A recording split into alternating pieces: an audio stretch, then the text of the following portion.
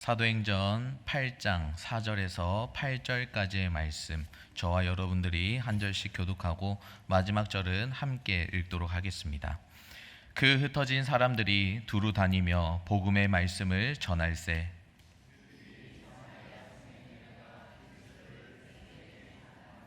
무리가 빌립의 말도 듣고 행하는 표적도 보고 한 마음으로 그가 하는 말을 따르더라.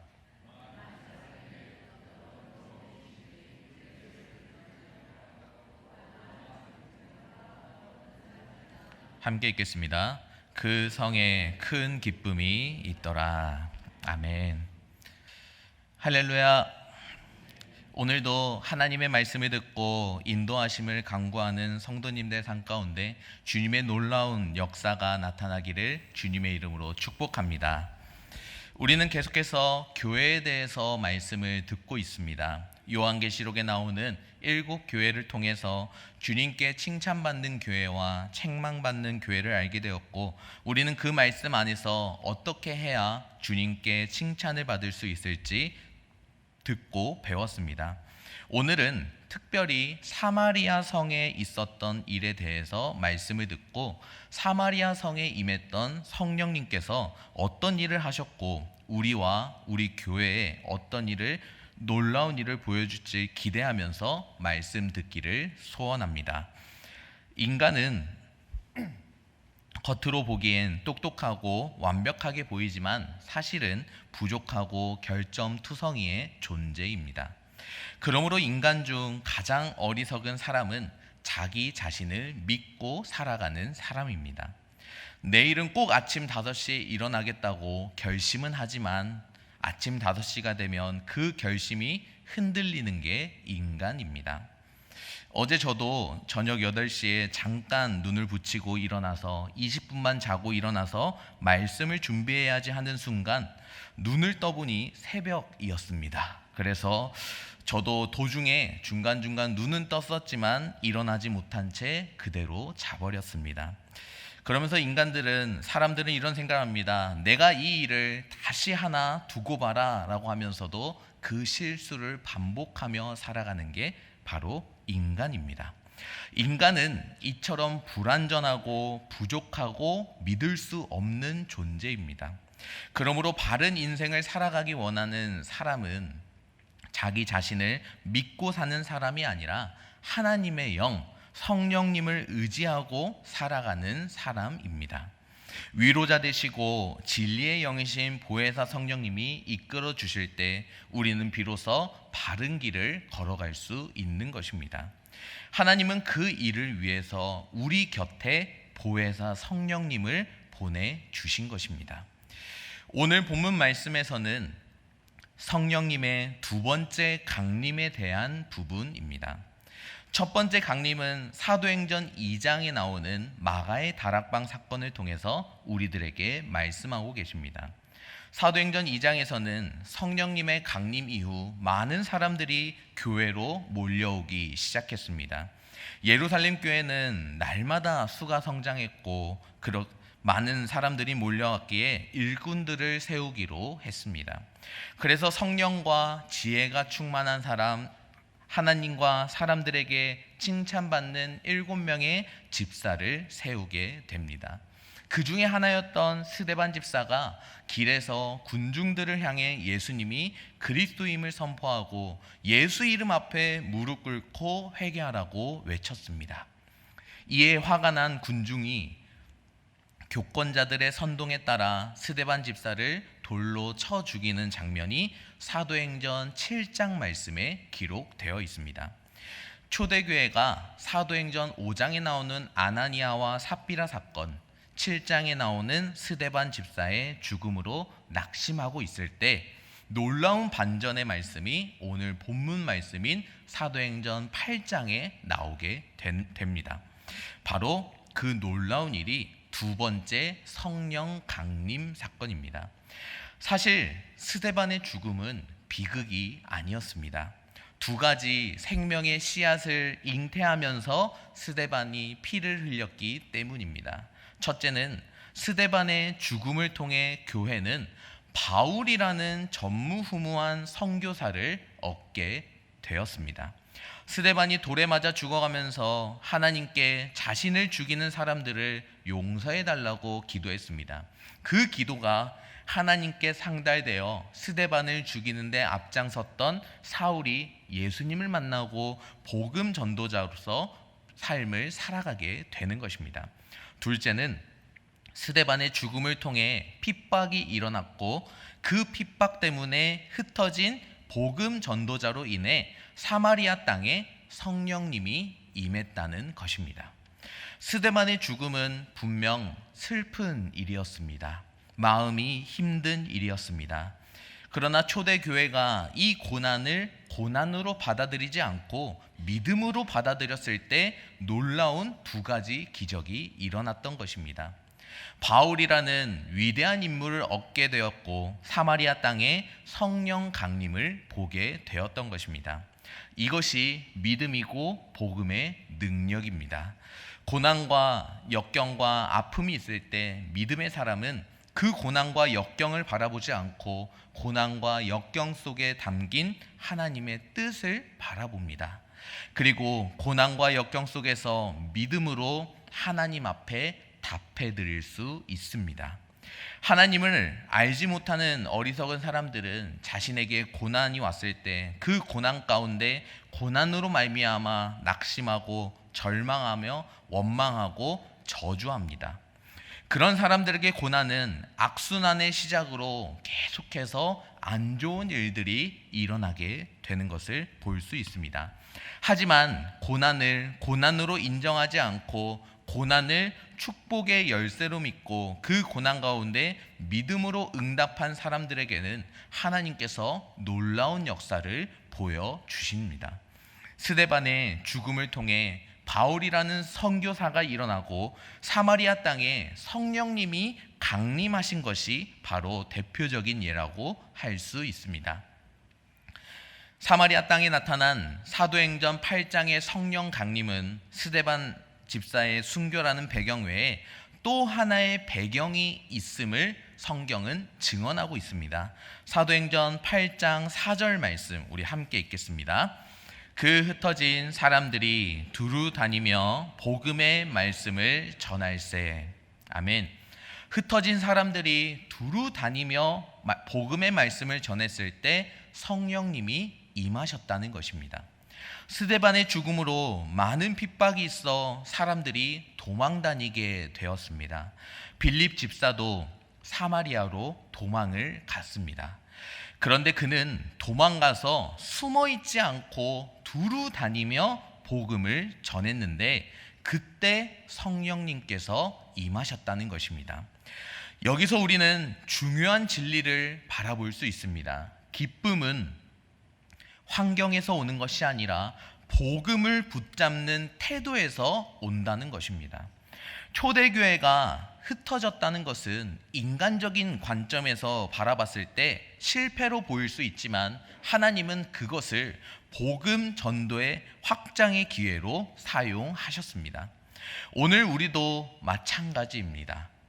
가정의 어려움, 직장의 불안, 건강의 문제 속에서 주님, 이 상황 속에서 내가 전할 복음이 무엇입니까? 라고 질문하는 자에게 하나님은 놀라운 기쁨을 내려주십니다. 사도 바울이 감옥에서도 주 안에서 항상 기뻐하라 라고 고백할 수 있었던 이유도 바로 복음 때문이었습니다. 우리가 만나는 힘든 환경은 기쁨을 빼앗는 자리가 아니라 그 자리는 기쁨을 새롭게 경험할 자리가 될 수 있습니다. 흩어진 자리에서도 복음을 전하면 그곳에서 하나님의 기쁨이 흘러 넘칩니다. 오늘도 그리스도를 위해 희생하고 그리스도를 위해 내 것을 내어놓고 그리스도를 위해 죽음을 마다하지 않는 그곳에 성령님이 임하십니다. 그러면 성령님께서 강림하셨을 때 어떤 현상이 나타났을까요? 본문 7절에서 8절 말씀 함께 읽겠습니다. 많은 사람에게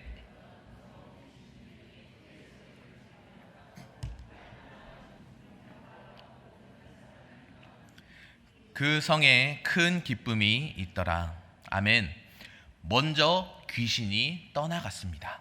그리고 중풍병자와 목 걷지 못한 자 같은 환자들이 치유받았습니다.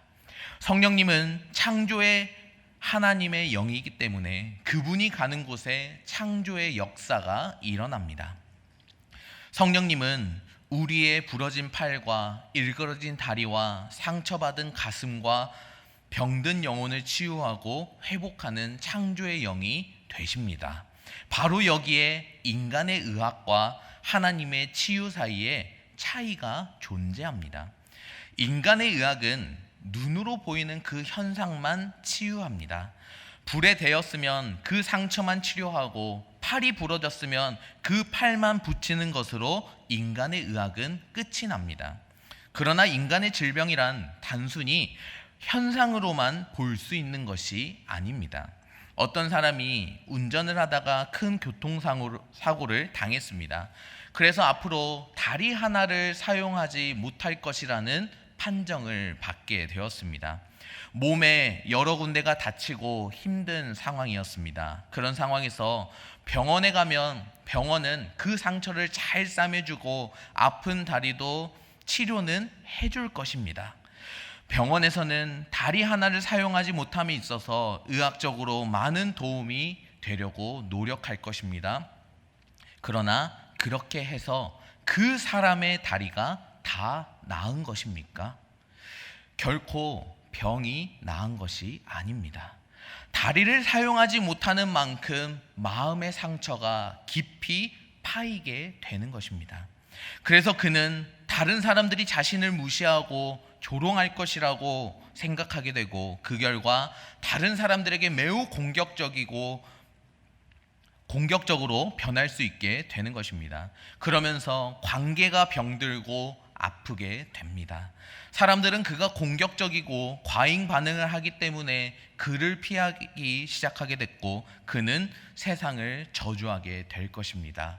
친구들이 다 나를 배신했어. 그날 교통체제가 엉망이어서 내가 교통사고가 났어 라면서 원망과 불평을 늘어놓고 그의 영혼도 병들어가기 시작할 것입니다. 인간의 질병이라는 것은 어느 곳에 상처가 나고 고친다고 끝나는 것이 아닙니다. 마음의 병으로, 영혼의 병으로, 관계의 병으로 발전이 됩니다. 세상의 어떤 의사도 밖으로 드러나는 현상 외에 치료하지 못합니다. 그러나 성령님의 치유는 다릅니다. 성령님은 그의 상처난 곳뿐만 아니라 그의 마음, 그의 영혼까지 치유하는 전인적 치유를 보여주십니다. 여기저기 일그러진 상태에서 플라스틱 공의 한쪽을 눌러 펴놓으면 다른 한쪽이 들어가게 됩니다. 하지만 그 공을 뜨거운 물이나 뜨거운 공기를 세게 하면 다 펴지게 됩니다. 창조주의 영인 성령님이 오셨을 때 그런 치유의 역사가 우리들 가운데 일어납니다. 우리의 몸도 마음도 영혼도 그의 전인적인 치유로 회복될 수 있습니다. 창조주의 영인 성령님이 오셨을 때 그런 치유의 역사가 이 자리 가운데 일어나기를 주님의 이름으로 축복합니다.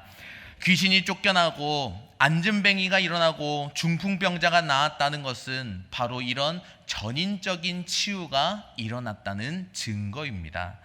영과 혼을 아우르는 하나님의 치유의 역사가 성령 강림을 통해 사마리아 성에 나타났다는 것입니다. 삶의 상처, 관계의 아픔, 실패의 절망 가운데 있는 이들을 성령님께서 위로하시고 치유하고 계십니다. 시편 147편 3절 말씀 함께 읽겠습니다.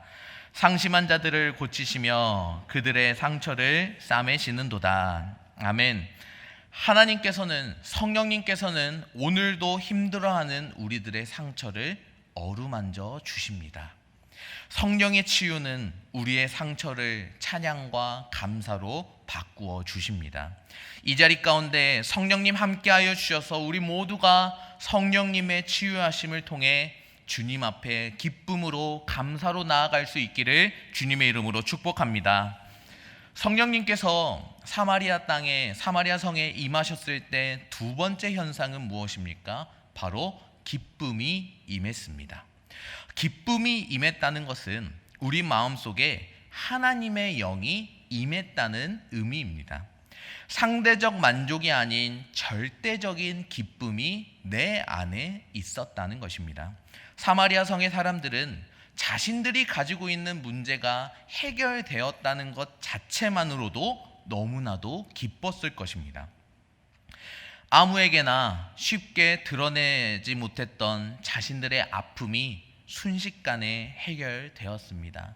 성령님이 임하셔서 그들의 상처를 치유하셨고 그들에게는 말로 형용할 수 없는 기쁨이 임했습니다.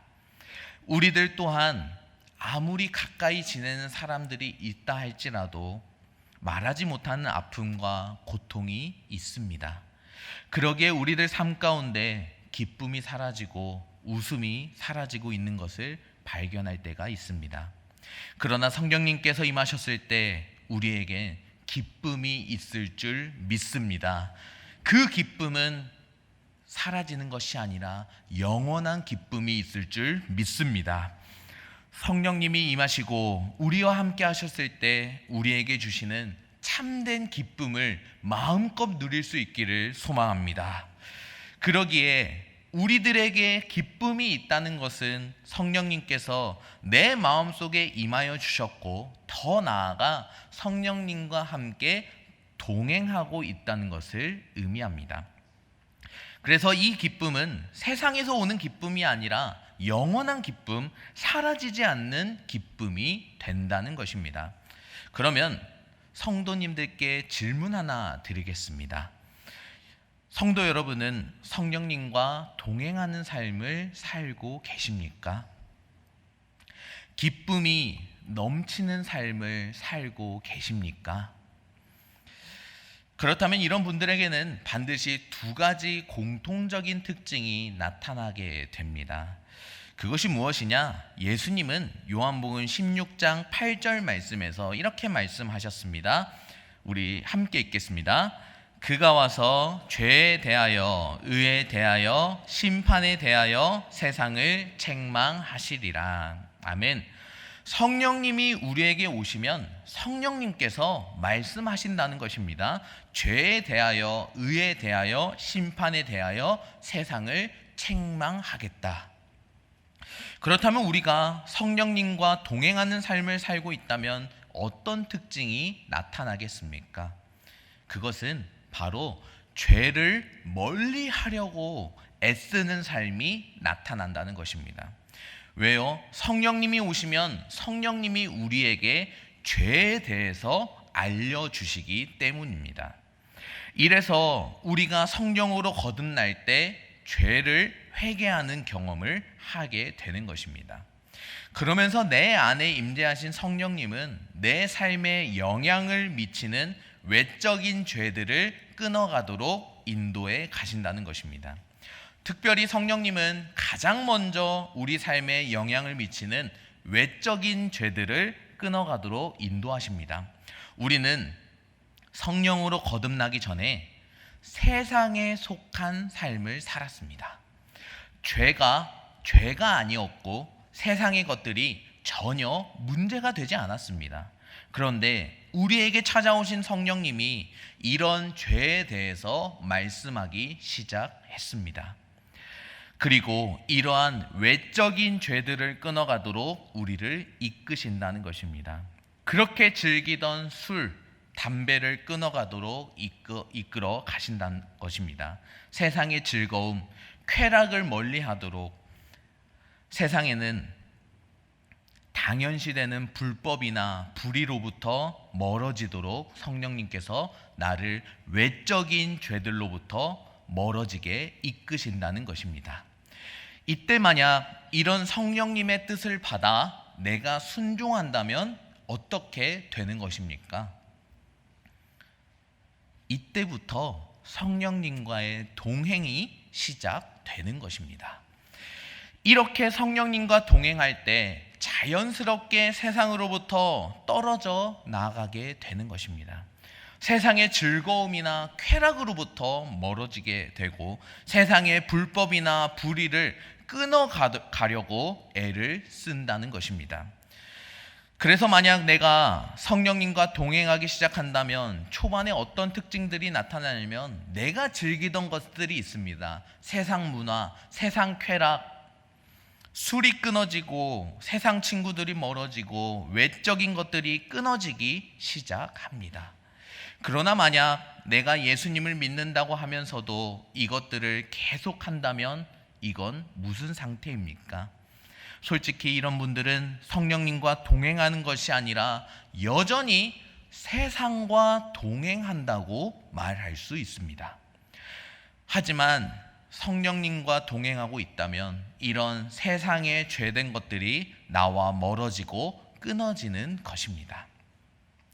이것이 성령님과 동행하는 삶을 살아가는 사람에게 나타나는 낮은 단계의 동행의 특징입니다.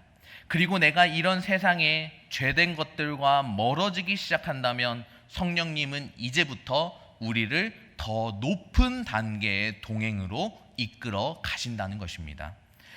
내가 낮은 단계의 동행에서는 세상에 있는 외적인 것들을 끊게 되는 것입니다. 내가 외적인 죄들을 끊어간다면 그때부터 우리는 우리의 내적인 죄나 내 안에 거룩하지 못한 것들을 끊어가도록 인도하는 게 높은 단계의 동행입니다. 내 성질 같아서는 눈에는 눈, 이에는 이라면서 당한 대로 똑같이 갚아주고 싶은데 성령님께서 그 마음을 내려놓으라 하시는 것입니다. 나에게 상처 준 사람 때문에 미움과 분노가 올라올 때 성령님께서 용서하라 말씀하시는 것입니다. 음란한 것을 버리도록 하시며 육체의 소욕, 안목의 정욕, 이생의 자랑, 시기, 질투, 다툼, 탐심, 거짓, 분쟁과 같은 육체적인 것들을 버리도록 인도하십니다. 이때 우리가 그것들을 끊어내려면 굉장히 힘들고 어렵지만 내 감정, 내 뜻을 내려놓고 이런 성령님의 뜻을 순종하며 나아갈 때 성령님과의 더 깊은 교제가, 더 높은 단계의 동행이 이루어지게 되는 것입니다. 이때 삶에 성령의 열매가 맺히기 시작합니다.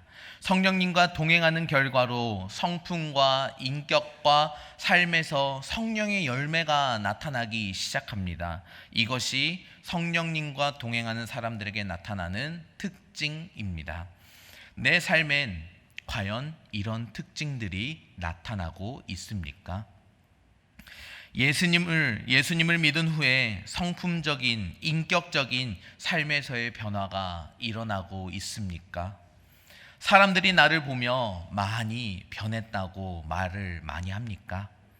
그렇다면 이것은 내가 성령님과 동행하고 있다는 증거가 됩니다. 왜냐하면 내가 세상과 동행하면서 또한 내 감정대로, 내 뜻대로 살 때는 절대로 성령의 열매를 맺을 수 없기 때문입니다. 그리고 우리가 이렇게 성령님과 동행하며 살아간다면 성령님은 이제 가장 높은 단계의 동행으로 우리를 이끌어 가시는데 어떤 단계로 이끌어 가시냐? 하나님의 성품을 담는 단계로 우리를 이끌어 가신다는 것입니다. 즉, 죄를 넘어서 악을 선으로 갚는 단계로까지 우리를 이끌어 가시는 것입니다. 여러분, 예수님께서 십자가에 못 박히셨을 때 자기를 못 박은 사람들에게 어떻게 하셨습니까? 자기를 이렇게 만든 사람들을 비난하고 욕하고 정죄했습니까? 오히려 예수님이 어떻게 하셨습니까? 예수님께서는요, 그들을 기꺼이 용서하셨습니다. 이것이 바로 하나님의 성품인 것입니다. 악을 선으로 갚는 하나님의 성품입니다. 스데반 집사도 이렇게 하지 않았습니까? 자기를 돌로 쳐 죽이는 사람들을 향해 비난과 저주가 아니라 하나님께 용서를 구하지 않았습니까? 이것이 바로 하나님의 성품입니다. 그래서 우리가 성령님과 친밀하게 동행하는 삶을 살 때 성령님께서 이 단계까지 우리를 이끌어 가시는 것입니다. 왜 그렇게 하실까요? 자녀가 아버지를 닮듯 거룩하신 하나님을 우리가 닮아가기를 원하시기 때문입니다. 이래서 우리가 성령님과 동행하면 할수록 하나님을 닮아가게 되는 것입니다. 이러한 것들이 성령님과 동행하는 사람들에게 나타나는 특징입니다.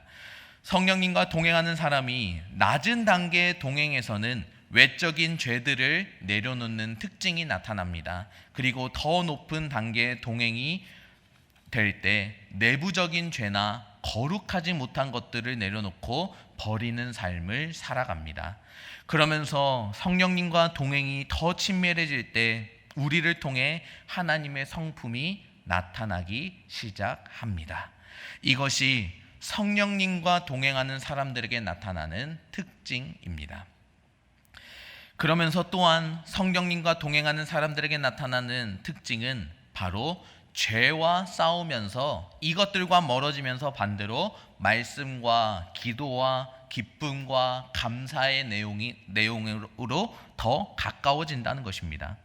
그러면 왜 우리가 성령님과 동행하는 삶을 살 때 말씀과 기도에 더 가까워지게 되는 걸까요? 그것은 거룩한 성령님과 동행하기 위해서는 우리도 거룩해야 하기 때문입니다. 그리고 그 거룩함은 말씀과 기도를 통해 빚어지기 때문입니다. 그래서 성령님과 동행하는 사람은 시간이 흐를수록 말씀과 기도에 가까워질 수밖에 없게 되는 것입니다.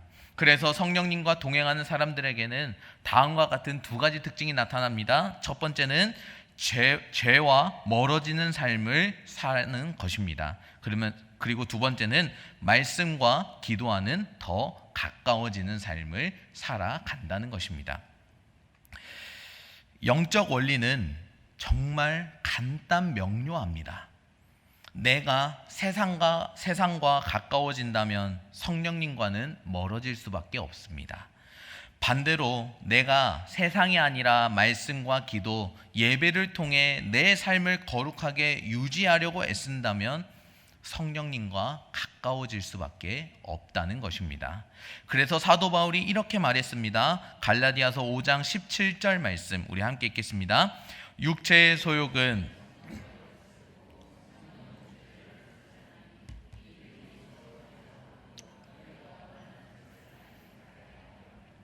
아멘. 사랑하는 성도 여러분, 선택과 결단은 우리에게 있습니다. 우리는 육체의 소욕을 선택할 수도 있습니다. 세상의 것들을 선택할 수도 있습니다. 그러나 우리가 성령님을 선택하며 그분의 뜻에 순종하며 나아가기를 시작한다면 이때 성령님과의 동행이 시작되는 것입니다.